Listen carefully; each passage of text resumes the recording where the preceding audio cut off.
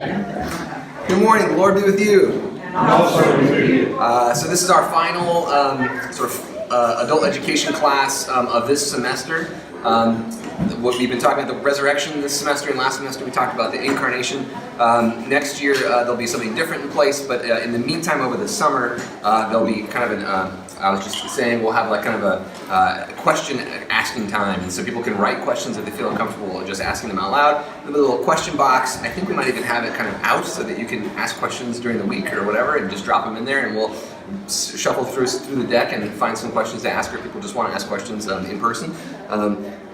Folks from the adult education committee, but also from the pastoral staff, will just be available, and we'll just have kind of a group conversation about whatever people are interested in asking and learning about over the summer.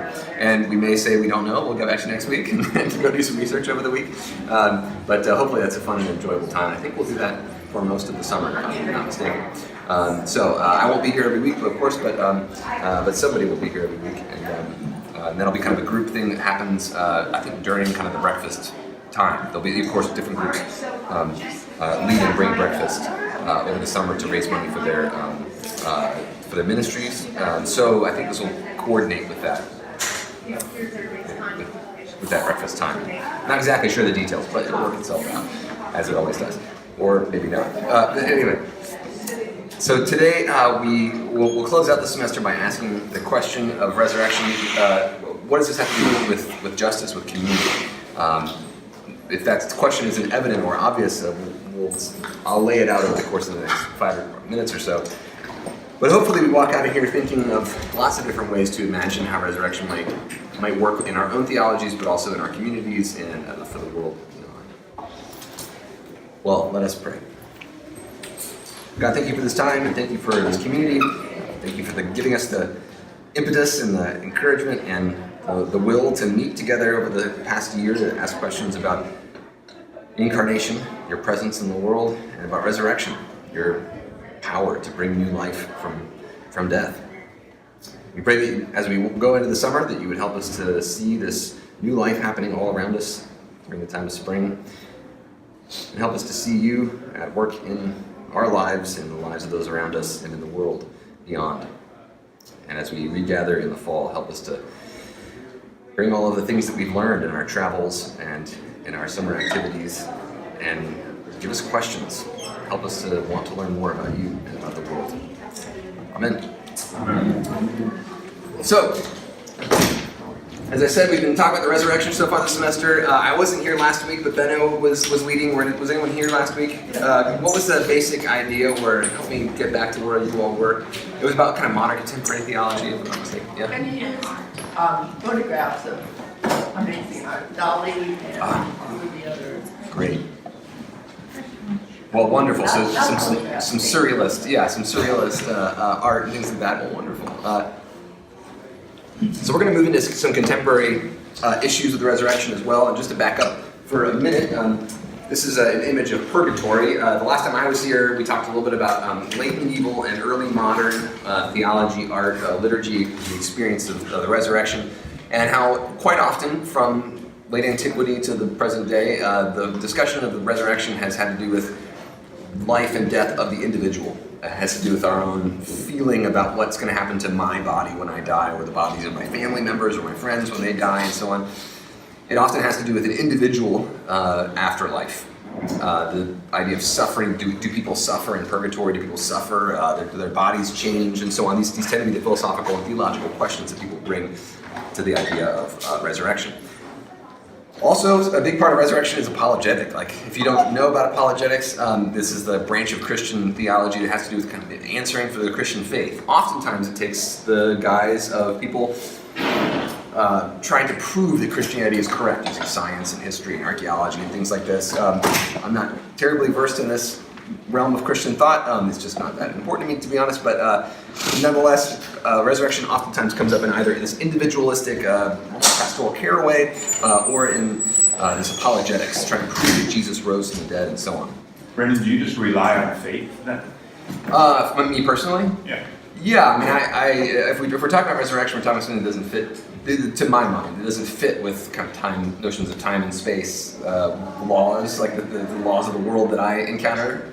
So if we're talking about something that breaks all those laws, I don't think there's any way to prove that that happened, right? If I'm talking about something that goes against anything that my eyes and ears and my senses give me evidence as to how the world works, Right. then we're talking about faith, yeah. And to me, it's just a different realm of inquiry. But I may be wrong about that, but to me, that there's nothing I can say about the resurrection that would prove it as a historical event, I don't think. And I think that the New Testament, this is one of the things we talked about when we talked about the New Testament, was that those stories, they talk about the resurrection in a way that's different than the crucifixion. That is, the crucifixion was an event that everyone witnessed, but no one witnesses the resurrection in the New Testament. None of the Gospels talk about it. Paul doesn't say people saw this event happen. What they had was an experience of the risen Christ after the event. And so this is, I think, entirely just a different order of reality than what happens in the crucifixion, which everyone saw people touch the dead body and so on. So at any event, I think that the notion that we're going to prove that Jesus was resurrected, just, I don't know. I don't think the New Testament did, so I don't feel the need to do that either. But regardless, both of those I think are kind of individualized ways of thinking about resurrection. So apologetics is mainly about my own intellectual doubt and my anxieties about what I believe. That's why people go into apologetics. Another thing is I just don't feel a lot of anxiety about doubt. I mean, there are days where I'm like, this sounds crazy, but I don't have to worry. I mean, I'm Episcopalian. The church believes for me. The church believes for me. Like, if even on days that I don't believe, I can say the creed, and it's okay. The liturgy does the work for me. The prayer, the communal prayer, the common prayer of the church believes in my absence of belief. So, at any rate, I think that I just don't feel the anxiety of that kind of work. But it is, I think, mainly individual work. And then there's also this concern with what happens to my body when I die and so on. This is a very individualized, privatized kind of faith, which Christianity has been pretty good at doing over the years. Of course, when you look at the New Testament, that kind of thing is much less important, it seems to me, than the kind of creation of a community. Jesus doesn't seem to be talking to individuals, trying to get them to change their individual ways, and then that's it, we're done with the story. Or talking to someone about their eternal soul with God with no relationship to other people. Jesus seems to be interested in forming a community, and so does the gospel texts, and so does Paul. They seem to be primarily interested in forming Christian communities, or communities of faith that follow Jesus, that do something in the world. So, these questions about resurrection, modern questions, I think are oftentimes separated from justice, questions of oppression, questions of community, and so on. Yes, Tom? And the picture of purgatory, yes. I'm looking at that and trying to understand it. Is it like a purification process then? Yeah, so that's generally how medieval theology develops the idea of purgatory. The philosophical question is that people recognize that they're not good, so I recognize I'm not good in a pure sense, right? I mean, I'm good in sort of a theological sense, a philosophical sense. The human body is good, the human soul is good, but I know I got problems. So if I got problems and then I'm going to go to heaven, I'm going to die, and I'm still going to have problems when I die, and then I go to heaven, I'm going to bring my problems to heaven. Problem, right? So that's a category error. If I bring my problems to heaven, you bring your problems to heaven, then heaven's no different than here, right? So you got an issue. So how do you change? And so one of the medieval concepts of change, this process of change, is that you are purified. Some medieval theologians end up saying it's just an instantaneous thing that happens, and you're purified, and then you become different, and just like your body is kind of purified in a way when you go to heaven, then your soul is purified and you're okay. You don't have to really worry about it. There's another alternative branch of theology that develops that becomes very powerful right around the late Middle Ages, which is why Martin Luther's so mad about purgatory and so on. And that idea is that you're going to burn for a long time to purify all the sins that you've done. You're going to pay for all your sins before you can get into heaven, and that's going to take a long time. It's going to be painful, so you get this kind of river of people sitting in the river of fire kind of thing. I mean, so that's this is what Luther is so angry about. But also, this is one way of thinking about how resurrection, again, is about your individual soul. You're paying for all your sins that you've done so that you can go to heaven and get your new body, as opposed to thinking about anything having to do with the community. So anyway, that's probably why I'm showing this terrifying picture of purgatory, which you don't have to worry about, I don't think. So, so here's an image of Jürgen Moltmann. There should be a slide of you, by the way, but Jürgen Moltmann, who is a theologian, German theologian, who he's participating in a longer strain of thought, which I'll lay out, but I think he's done a good job of giving us a couple of quotes that embody this new and different way of thinking about theology of resurrection that emerges really mainly in the 19th and 20th century. And it's a reaction to this kind of privatized, individualized faith that even Protestant communities reacting against purgatory still would say, like, it's about your own personal salvation, your own personal body, etc. So Jürgen Moltmann, who himself was a child who fought in Nazi Germany's Wehrmacht, the German army under Hitler. When he was about 10 years old, he was forced into the German army, and he suffered some injuries, an explosion, and was wounded, was taken into an Allied prison camp, was, I think, brought to the UK, and eventually was released, and during that time had this moment of what he calls it, of conviction, of transformation, where he began to understand the Christian story in a new way, having to do with his own sort of rebirth or resurrection after the war, as a new and different person with a new and different mission in life. He became a Christian theologian. So he's a Lutheran theologian mainly, but it came up with a bunch of new theological ideas, which I think are great, that all have to do with the public notion of Christianity. And you can kind of see someone who's coming out of Nazi Germany, he's very worried about what Christianity can do as a public body, right? The kind of what kind of public witness, what kind of public responsibility do Christians have? Because many people in Nazi Germany were Christians, thought they were doing this all for Jesus, right? So this he's worried about what happens when Christians get together and make groups, but he's not just shaming them. He tries to give them an alternative theology, right? A different way of thinking about God. He says, like, our privatized faith allows us to do things like this when we get together with other Christians, if we're all just thinking about ourselves and our own eternal future. So he says that this event of resurrection of Jesus, the crucifixion and resurrection for him is sort of the center of Christian theology. And he says that the resurrection itself is the promise for God's universal cosmic redemption. God loves the whole world, and this is the promise of what God's going to do, even with and through the whole world. So it's about the whole world. It's not just about you or me or individual people or just individual Jesus. So Moltmann says that with the raising, this is a quote from him, with the raising of Jesus, God's own arising has begun and will bring about justice for all the wretched of the whole earth. With the raising of Jesus, God has risen up to fulfill the promises to all those that God has created. The hope for the resurrection of the dead is not an answer to the human yearning for immortality. It is not about individuals. It is a response to the hunger for righteousness and justice. So that is, Jesus' death on the cross was solitary, his death is solitary, but his raising from the dead is inclusive of all creation. So the thing that's solitary is like the suffering. The thing that's not solitary is God's power to raise, to bring Jesus to life is a symbol about the whole cosmos and about the human community as a whole. There's a cosmic dimension to it, the beginning of the new creation of all things. So this way of thinking about resurrection as something that has to do with everyone, with everything, and with whole communities, rather than the focus being on individuals. I can point to this being something that precedes Moltmann. I think he's the one who gave it theological form in a way that most contemporary Protestant Christians have come into contact with it, if they have. But I want to point out that this strain of thinking about resurrection is a way of thinking about justice. Started before and continues in many different communities as well. So this is Elizabeth Cady Stanton. I brought her up last semester. I don't know if any of you remember her, but she was a 19th century woman suffragist. So she's a social activist, friend of Susan B. Anthony's. She toured around the country in order to help with the women's vote movement. She was an abolitionist. She got into a famous fight with Frederick Douglass over the competing sort of drives to give universal suffrage to women or suffrage to African American men. So that was a point of tension. So that there was this kind of famous argument that they had over their goals and their methods. But she was one of the most famous and powerful of the women abolitionist thinkers and writers. Here she is with her child, one of her children. She, I think, had 3 children, but in the 1860s. And she was famous for a meeting at the Seneca Falls Convention. She wrote the Declaration of Sentiments, which was one of the organizing documents of the women's movement. And she was president of the National Women's Suffrage Movement in the last 8 years of the 19th century. But one of the things that I think is most interesting and cool about her is that she came up with this project called the Women's Bible. I don't know if anyone's heard about this, but if you haven't read it or seen it, you can just Google the Women's Bible, Elizabeth Cady Stanton, and she formed a committee of 26 women who were all learned, and she knew Greek herself, and they tried to retranslate the Bible with gender-inclusive language. This is in the 1890s. Tried to think about theology from a new perspective, that is, a perspective that wouldn't denigrate women or marginalize women. And she talked about the Trinity in terms of a heavenly mother, father, and son.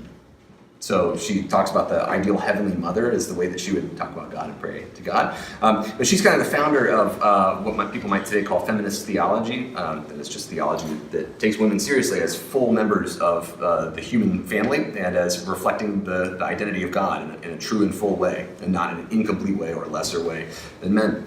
But in feminist theology, there's this notion about resurrection, and this focus on the human body that I think is important, but also kind of a communal dimension. I just want to give you one example of this. This is Elizabeth Stuart, who is a 20th century contemporary feminist theologian who has worked at Fordham. I think now she is maybe in the UK. But anyway, fantastic author, has written a lot of great books and articles. But she has a theology of resurrection. She's got as many feminist theologians, as many of them do, she includes thinking about sex and sexuality into her work as well. That is, that many male theologians can kind of, or they imagine they can kind of bracket sex and gender and sexuality, sexual practices and everything like that. That's all kind of other stuff, gender stuff. And then men talk about serious issues like, transubstantiation and things like this, whatever. But so, like many other feminist theologians, Elizabeth Stuart doesn't shut up about the human body and about sexuality and things like this. So she has this really fascinating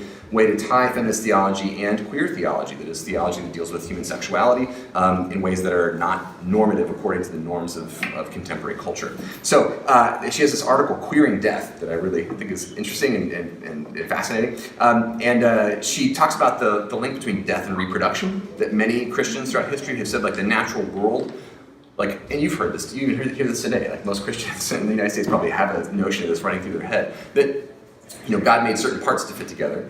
So that's why we have these parts, and that's why we have sex, and that's why we, whatever. And sex is all about reproduction. The human body is all about reproduction, basically, and that's kind of the point of it, of why we exist or something like that. So and it's natural. There's natural law about the human body, about how human bodies work, and so on. So as she says, is that the resurrection for her is this break, and this goes back to what I was saying too about like why I don't do apologetics or why I don't care really.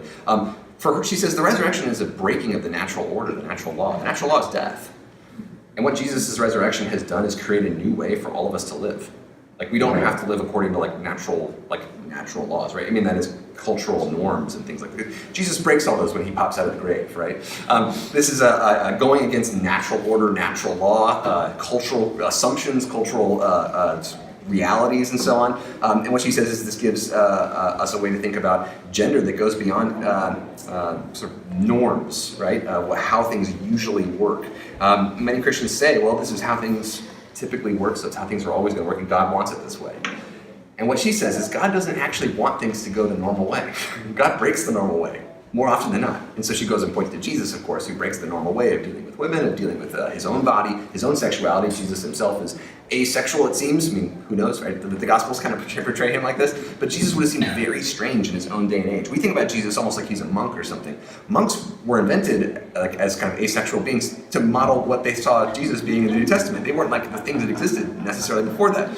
In Jesus' own day and age, being asexual would not have been typically linked to like the kind of religious sect that he was a part of. So in any event, Jesus would have seemed like a very strange person. If you were asexual or at least seemingly asexual in Hellenistic Judaism, you lived in isolation from other people.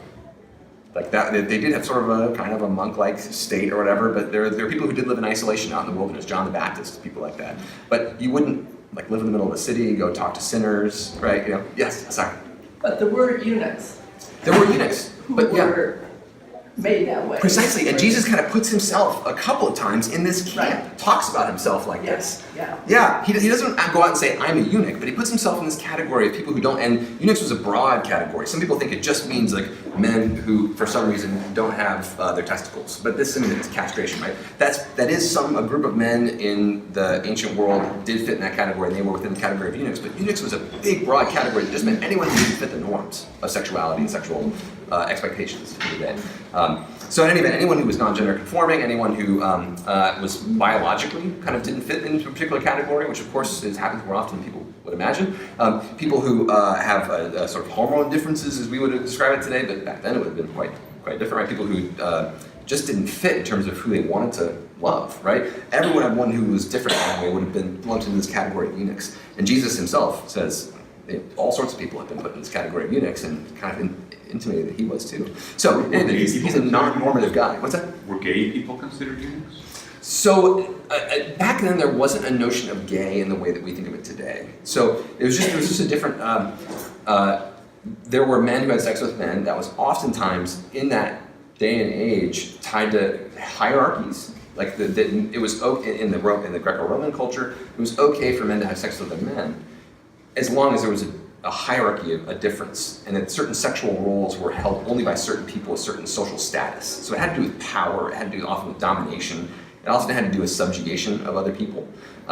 So there were men who I imagine we would, like, if they were alive today, would be gay men, but and women as well. But just within ancient Hellenistic Judaism, that category had not yet been imagined.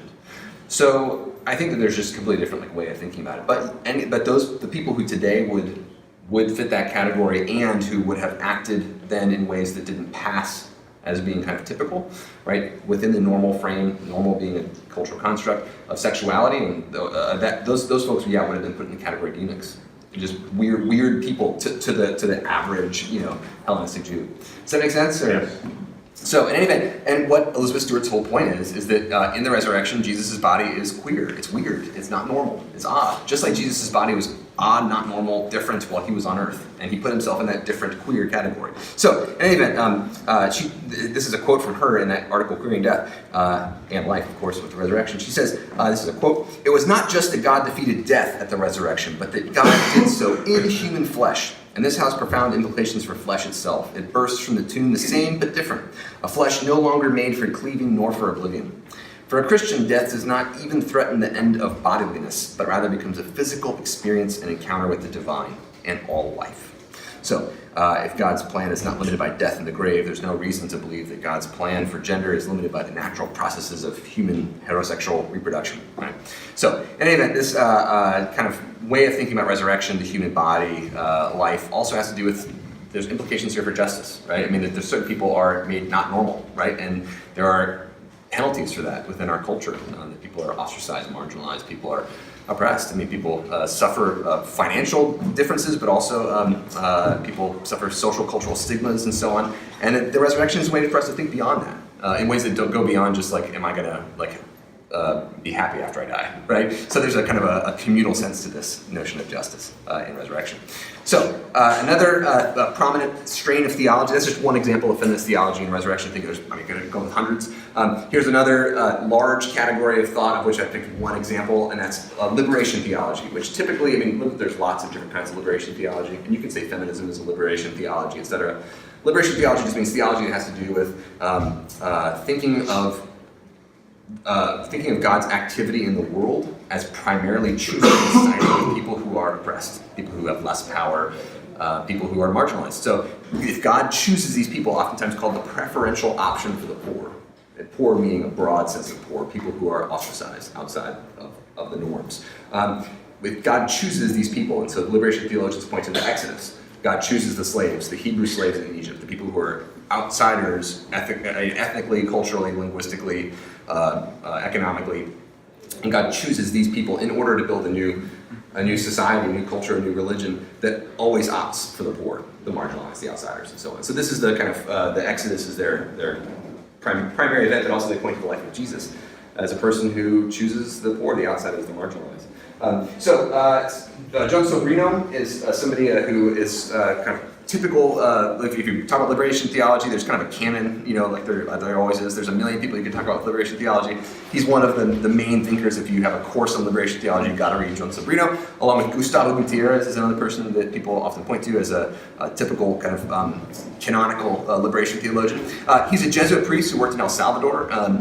He worked during the era of conflict in El Salvador, the Civil War, where there were right-wing and left-wing groups that were fighting with each other. And Sobrino worked with some base communities, that is, communities of people reading biblical texts and thinking about them from the perspective of the oppressed and perspective of the poor, usually living out in rural areas.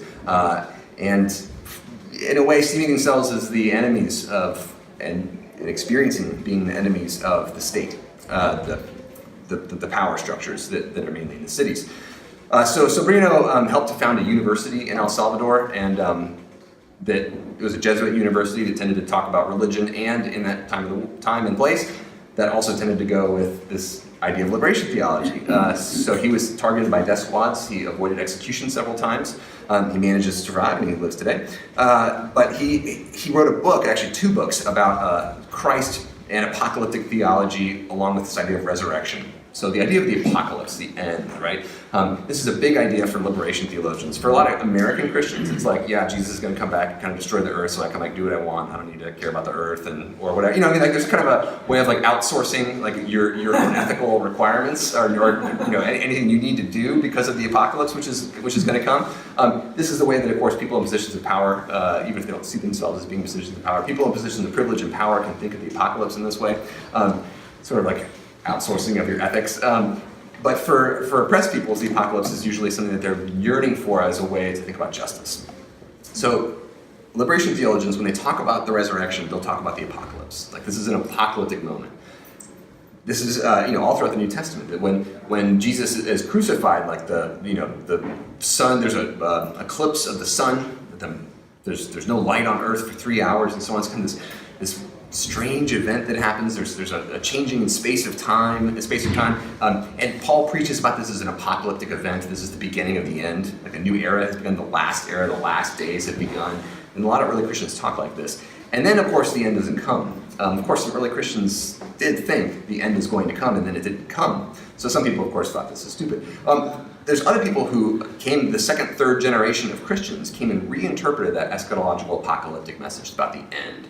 And they ended up saying, it's not that the end was going to come in Jesus' lifetime, it's that Jesus' death and resurrection is almost like the appearance of the end now, giving us a foretaste, a foreshadowing of an apocalyptic ending that we can continue to go back to as we await God's justice that will appear in the final day.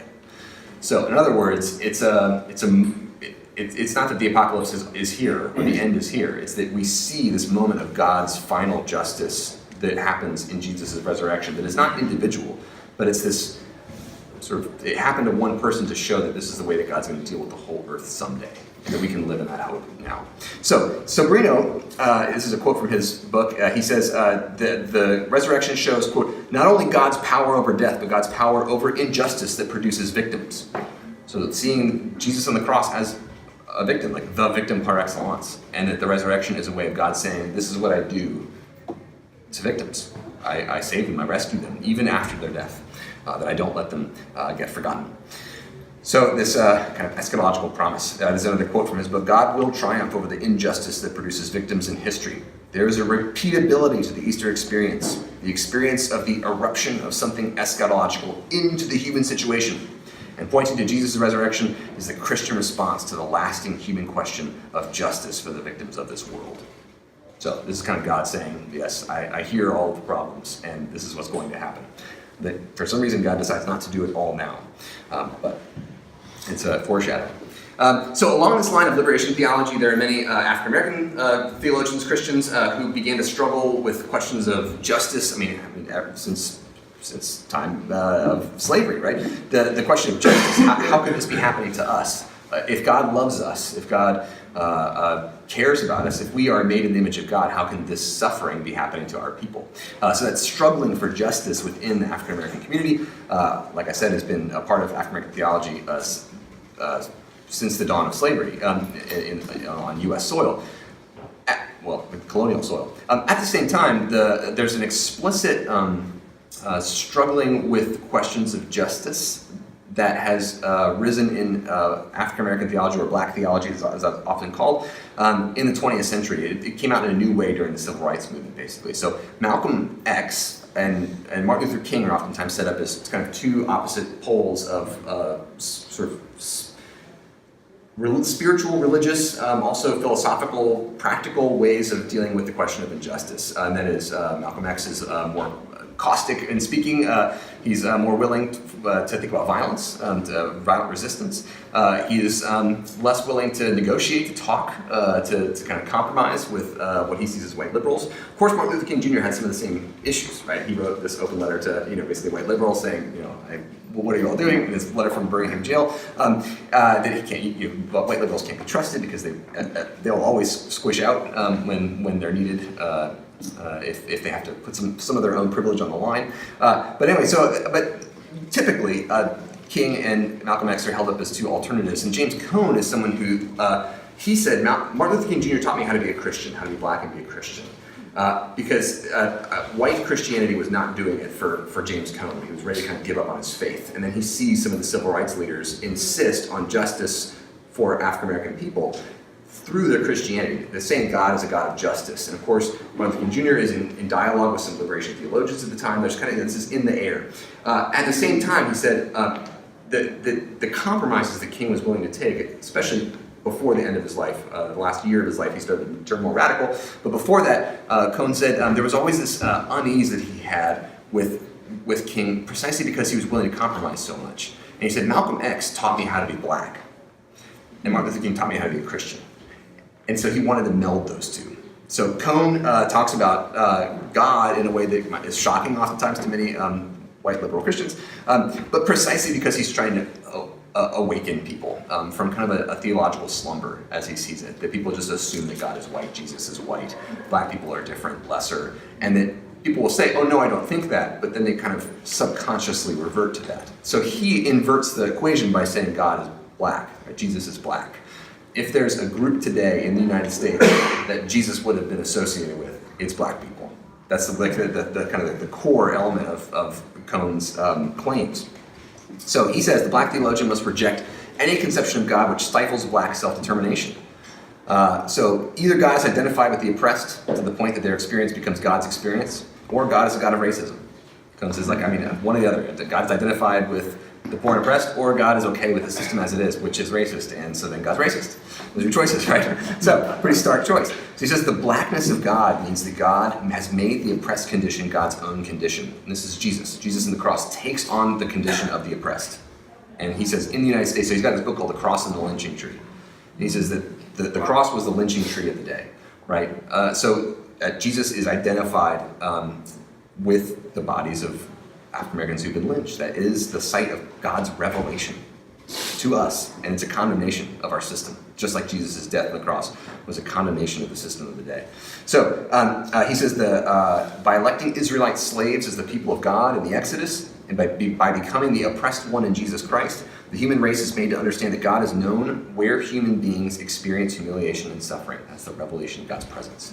Liberation is not an afterthought then, but the very essence of divine activity.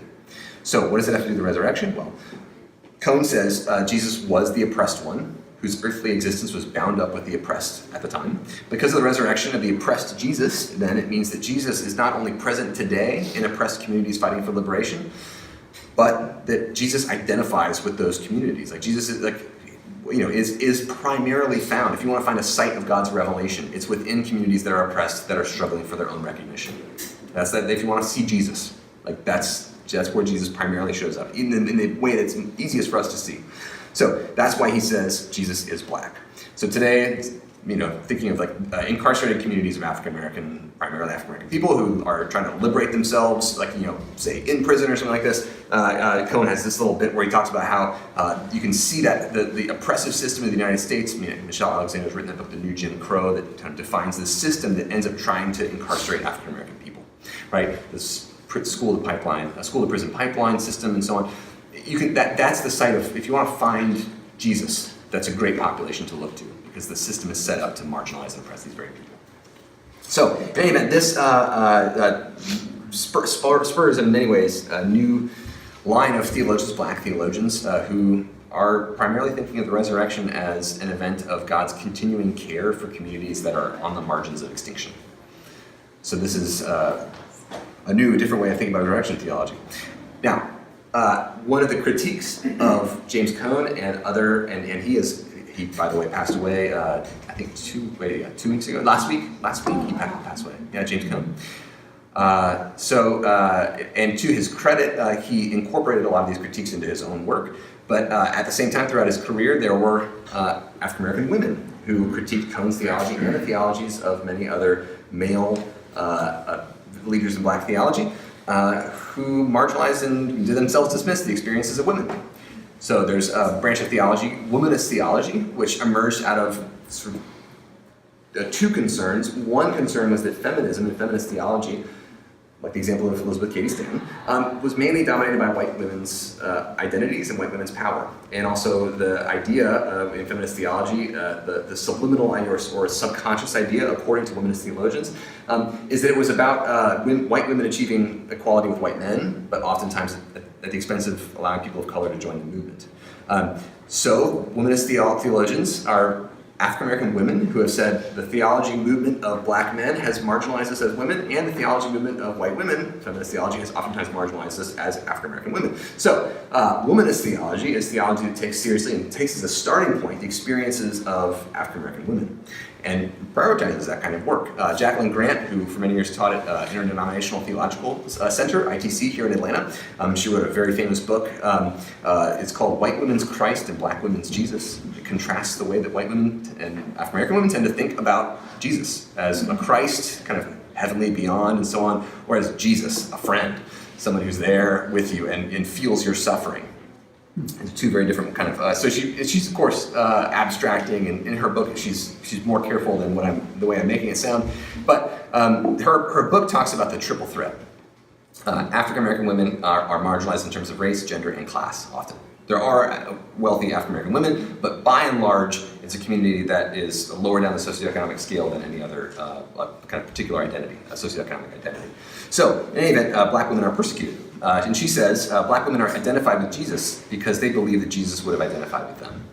So in a personal way. So the crucifixion for black women is a way of thinking about their own sufferings that they have dealt with in the course of their life. Also, as a kind of flip side of that Jesus' resurrection is something that, for African American women, according to Jacqueline Grant and her own work, and this is a quote from her work, signifies that there is more to life than the cross. For black women, it signifies that their tri-dimensional oppressive existence is not the end, but is merely the context in which the particular struggle of a particular people can experience hope and liberation. So Jesus' humanity is hugely important here, and the ability for all humans to identify with Jesus. So, along with womanist theology, there's also other groups of women. I could have included Asian American theology and Asian women's theology. There's also Mujerista theology. This is Maria Isazi Diaz. Ana Maria Isazi Diaz, who's a professor for many years of theology. She actually died in 2012 of cancer. She's a Cuban American who escaped when she was young to the United States with her family and became a theologian, but also felt that same kind of double marginalization because of her genders. She was marginalized from men's theology, and she was also marginalized in many ways from feminist theology as a Latina. So she developed this word, mujerista theology, and this kind of idea, and if you say that now, it just means basically not Latin American women's theology. Her argument, her kind of particular argument about resurrection, is that resurrection, this is a quote, whether it's personal, communal, bodily, or spiritual, is a new life that's evoked, that has hope, that gives us hope for the ultimate triumph over oppression and violence by the affirmation of life. So she talks about God's, like the kingdom of God, or God's reign. She talks about how this is related to what she calls la lucha, the struggle, right? Which is, of course, a term that's used with Latinx culture. But she talks about this kind of the struggle that, especially particularly from her experience, Latin American women have, struggling against oppression, against violence, against dehumanization. And she talks about how the cross, again, drawing on the work of women's theologians, the cross kind of gives a validation. So a lot of theologians are wary about the cross. It makes us feel uncomfortable and so on. We don't want to talk about it a lot.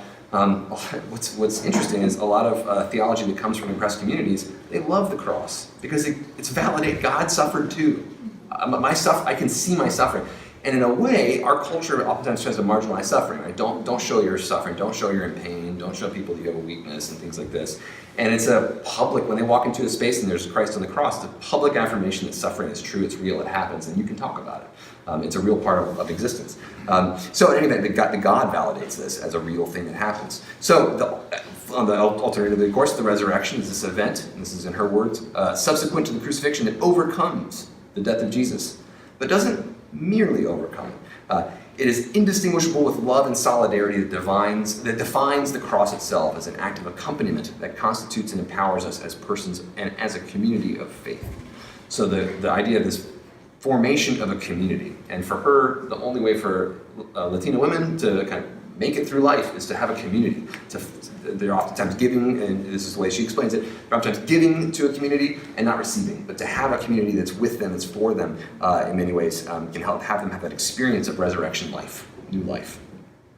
So one other, sometimes provocative way of thinking about the resurrection in theology is a disability theology.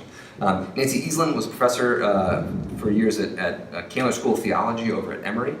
She passed away in 2009 after a lifelong fight with cancer. When she was a child, she developed, I think it was a cancer of her hips, which led to a lifelong disability.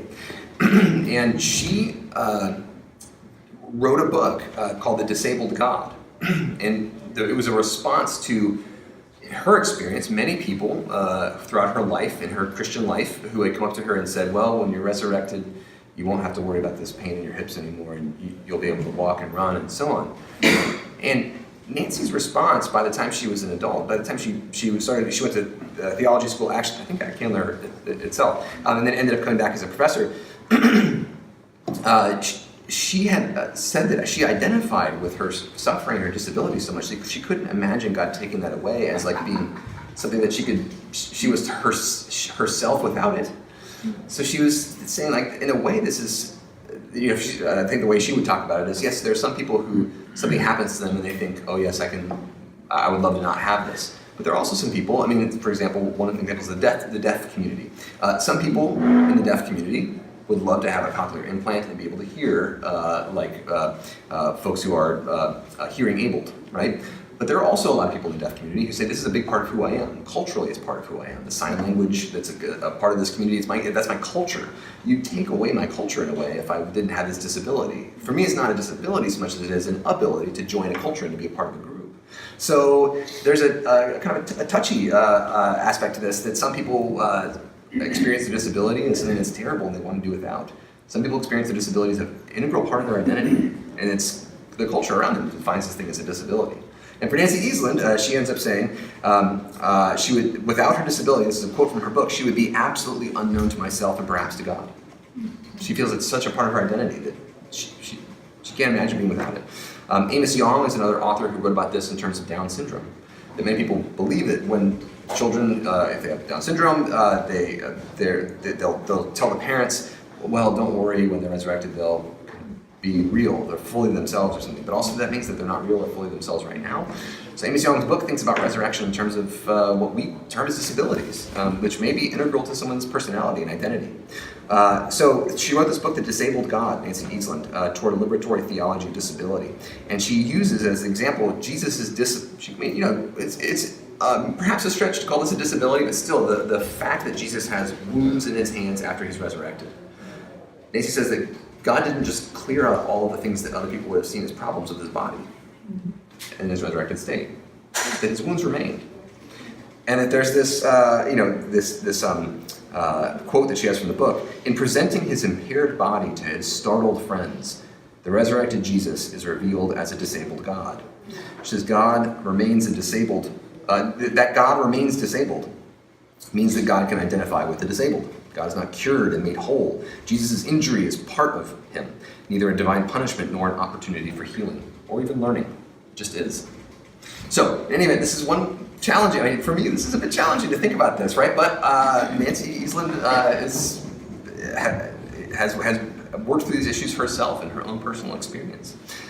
And Amos Yong does not have Down syndrome himself, but is someone who has spent a lot of time talking to people who have Down syndrome, but also advocates for communities with mental differences. And It's an important thing for us to take into account when we encounter people with what culture defines as disabilities, and also to recognize that all of us are temporarily abled, right? I'm not going to remain at this level of ability, and I'm not even at the level of ability I had 10 years ago in terms of my body. That we are all temporarily able. So disability is a part of all of our identity at some point in our lives, even if it's just at the end. So anyway, this is what all of us were born with disabilities too, in terms of we couldn't walk around by ourselves, we couldn't eat by ourselves, and so on. So to think about the human body as something that changes over time, and that this is a part of who we are, no matter who we are. So these are all different ways of thinking about theology and resurrection. Of course, we could expand this list and go into lots of other communities and spend more time thinking about them. But overall, this is just a taste of the way that resurrection can emerge in communities that don't really care much about the question of like, is my body the parts of, if the animal eats me and then someone eats the animal, is the parts of my body getting right? The philosophical questions of resurrection, the individual questions of resurrection are not primarily in view, nor are the apologetic questions that is trying to prove Christianity. But instead, it's a question about our community and our future and God's work for justice on behalf of those who are oppressed. So that concludes our time thinking about resurrection together. Are there questions about this class or about the rest of the year? Feel free to leave if you need to pick up kids or anything like that, but I'll stick around and answer questions if you have. I have one. Yeah. Was there any thought of resurrection in the ancient Jewish community? Yes. So the theology of resurrection didn't exist in ancient Israel, but by the time of the Hellenistic era, our first textual evidence to this is right around the year 167 or so BC. That's the chapter 12 of the book of Daniel. And this is the first Jewish text that thinks about resurrection in a way that we can see it's along a trajectory that ends up with what Christians and contemporary Jews end up talking about when they talk about resurrection. But Daniel 12 is different. It imagines that God resurrects just the very good and the very bad to punishment, very good to eternal life, and the kind of the great middle, where I belong. We just lying on the ground forever. So it develops over time. By the time of Jesus, the 167 years between Daniel 12 and Jesus, in that 167 years, there's a pretty big change, and there's a fight within the Jewish community about whether or not Jews should believe in resurrection. The Sadducees, associated with the power of the temple, kind of economic and cultural elite, they reject the resurrection. And so there's this argument in Jesus' time. The Sadducees don't believe in resurrection. It doesn't happen. You just live a good life, and you try to live a good life, and you die, and you're done. You're gone. You're done. And then there's the rabbis, or the Pharisees, as they were called then. The Pharisees believe in a resurrection, in the last day. And Jesus is a Pharisee. And Jesus is part of this Pharisaical community. So is Paul. But I mean, the Christianity kind of grows out of this community of Pharisees as opposed to the Sadducees. And Jesus seems to take as a matter of fact there's going to be a resurrection. The question is just how and to whom and why and so on. Does that make sense? Yes. Yeah. Yes. Hi. Who were the people that you said believed that God decided who would become slaves? And is that like predestination? That God decides who becomes slaves. I don't think was that when I'm talking about African American theology, or was that? No, it was earlier. Or in the semester, maybe? Earlier in the semester? No. Oh, today. And just now you said there was a group theology that God decided who would be the slaves. I think you said saved. Saved, maybe. Okay. Yeah. So I don't. There are. Oh, I'm sorry. I know there are some theologians that say that, but those are less and less today. But that would be an exclusively white supremacist theology that would say that, right? That this, You haven't touched on that yet. Yeah. But that would be kind of a predestination in a way. So this theology developed really in America, but its roots go back to colonial Europe. There's a really amazing, if you want to read more about this, there's a book by Willie James Jennings, who is a professor now at Yale, who wrote this book called The Christian Imagination. And it's a historical account of how white supremacy came to be within Christian communities. And it starts with the 15th century, the 1400s, the first ever slave ship to arrive in Portugal, or anywhere in Europe, but it was in Portugal, with black people from Africa on board. And this theologian who saw this, he recorded this event and was crying the first day because it just didn't make sense to him that there were going to be slaves. The Catholic Church technically disallowed it, but the King of Portugal wanted to have them, so they were going to have them. So they brought slaves, and then like a few weeks later, the second ship arrives, and already this theologian is like, well, I guess it's God's will.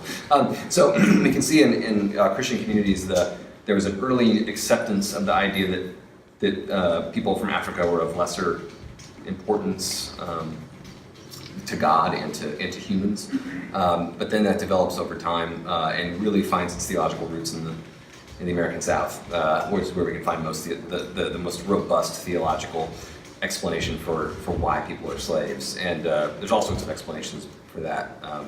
But yeah, it's all tied up with kind of defending self. What's his name? Oh, who's his name? Who wrote the book? Willie James Jennings, last name Jennings. He actually won the Grawemeyer Award for it, which is the a $100,000 award for the best theological book of the year. And so he won that award a few years ago for it. It's beautiful. It's called The Christian Imagination: A Theology of Race. But it's a beautifully written account. But yeah, it's trying to think about why is the Christian community not one that is always open and has not been from the start always open to the other. How is the witness of Jesus, how did that not outlaw marginalization based on race from the very beginning? But thank you. Yeah, sorry, I think I probably just said something too fast and slurred my words. Yeah. I didn't get the word. Yeah. No? Yeah. Could you also say again the name of the theologian that has Down syndrome? Amos Yong, Y-O-N-G, Amos Yong. Mm-hmm. And it's that was another book that won an award. And is a really fascinating, well-written book. I'm forgetting it now, but if you just look up Amos Yong, he's got a few books out there, but there's one that's clearly about resurrection Down syndrome. It's in the title, I think, but I forget now the name of it. Yes. I'd like to make mention of Anna Julia Cooper, who was a black woman educator, I think in Washington, D.C., and she was, in the 1870s, was going to Episcopal gatherings and haranguing the black ministers because they're doing nothing for the women of the South, the poor and formerly enslaved black women. So that, I think, is an early root of what we later call womanism. Yeah. And don't forget, Sojourner Truth. And I will do. Earlier. Yeah. So, I mean, there's a rich tradition and lots of things about these early roots. And it's the old thing, the African American women are really coming on strong for not just black women, but women period. We see this in these movements. Yeah, so Sojourner Truth's response to the suffragist movement and her marginalization within the suffragist movement. She wasn't allowed to speak, right? So at the meetings that Elizabeth Cady Stanton was at, this was seen as by women's leaders at the time as a kind of lamentable fact of existence that, like, if they allied with African American women, that there was white women allied with African American women, it would marginalize their own movement. But Sojourner Truth got up and gave that speech, "Ain't I a Woman Too?" Right, which is recorded in 3 different versions. But she said something like that was powerful. But yeah, the idea that a woman too. Yeah. And that term, it's important to say that term "womanist" was coined by Alice Walker as well, and it's from that term "womanish," like acting like a woman within the African American community. But yeah, thank you, and Anna Julia Cooper. Yeah. Other thoughts or questions? Thank you. I've enjoyed the lectures. Thank you.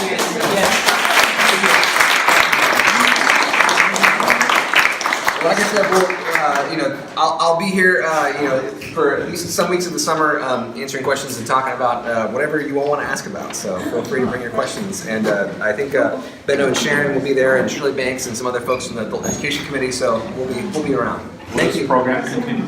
So we're done with Resurrection and forever. Never talk about it again. But we're at least this series. Will there be adult formation next week? Next week is the picnic. So no formation next week. After that, we'll be starting June 1st. Well, we're gonna have like a kind of a series of questions. Sorry, good question. Yeah. Oh, yeah.